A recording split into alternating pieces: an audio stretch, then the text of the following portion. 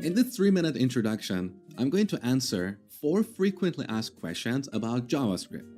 What is JavaScript? What can you do with it? Where does JavaScript code run? And what is the difference between JavaScript and ECMAScript? So let's start with the first question. What is JavaScript? JavaScript is one of the most popular and widely used programming languages in the world right now. It's growing faster than any other programming languages, and big companies like Netflix, Walmart, and PayPal build entire applications around JavaScript. And here's the average salary of a JavaScript developer in the United States. That is $72,000 a year. So it's a great opportunity to get a good job out of learning JavaScript. You can work as a front-end developer or a back-end developer or a full-stack developer who knows both the front-end and the back-end. Now the second question, what can you do with JavaScript? For a long time, JavaScript was only used in browsers to build interactive web pages. Some developers refer to JavaScript as a toy language, but those days are gone because of huge community support and investments by large companies like Facebook and Google. These days, you can build full-blown web or mobile apps, as well as real-time networking applications like chats and video streaming services, command line tools, or even games. Here's an example. Hey traders, today is your very last day to get free membership access to the complete trading course. I normally sell for $997. It's valued for that. The third question, where does JavaScript code run? JavaScript was originally designed to run only in browsers. So every browser has what we call a JavaScript engine that can execute JavaScript code. For example, the JavaScript engines in Firefox and Chrome are SpiderMonkey and V8.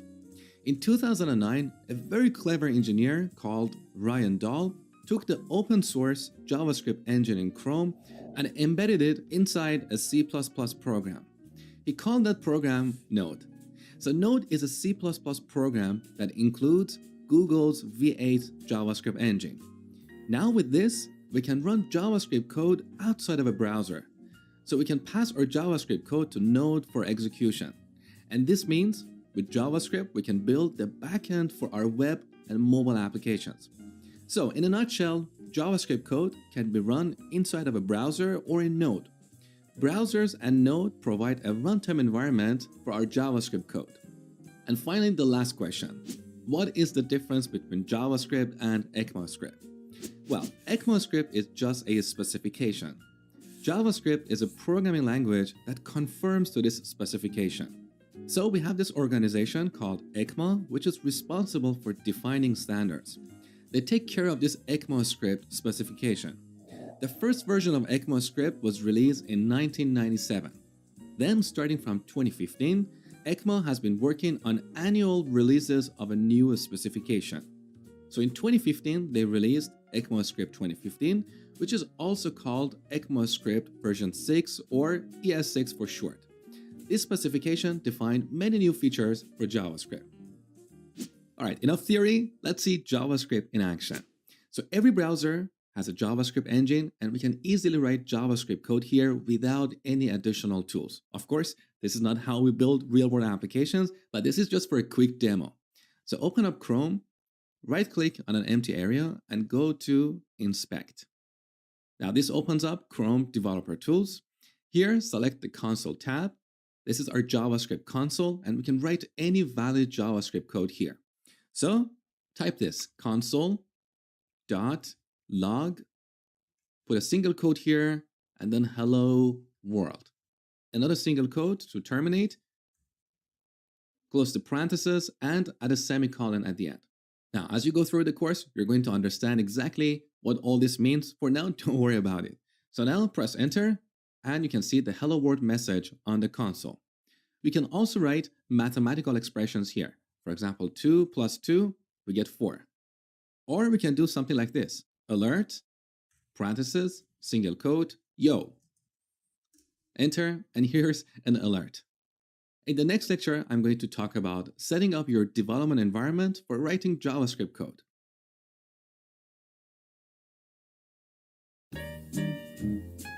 In order to write JavaScript code, you need a code editor.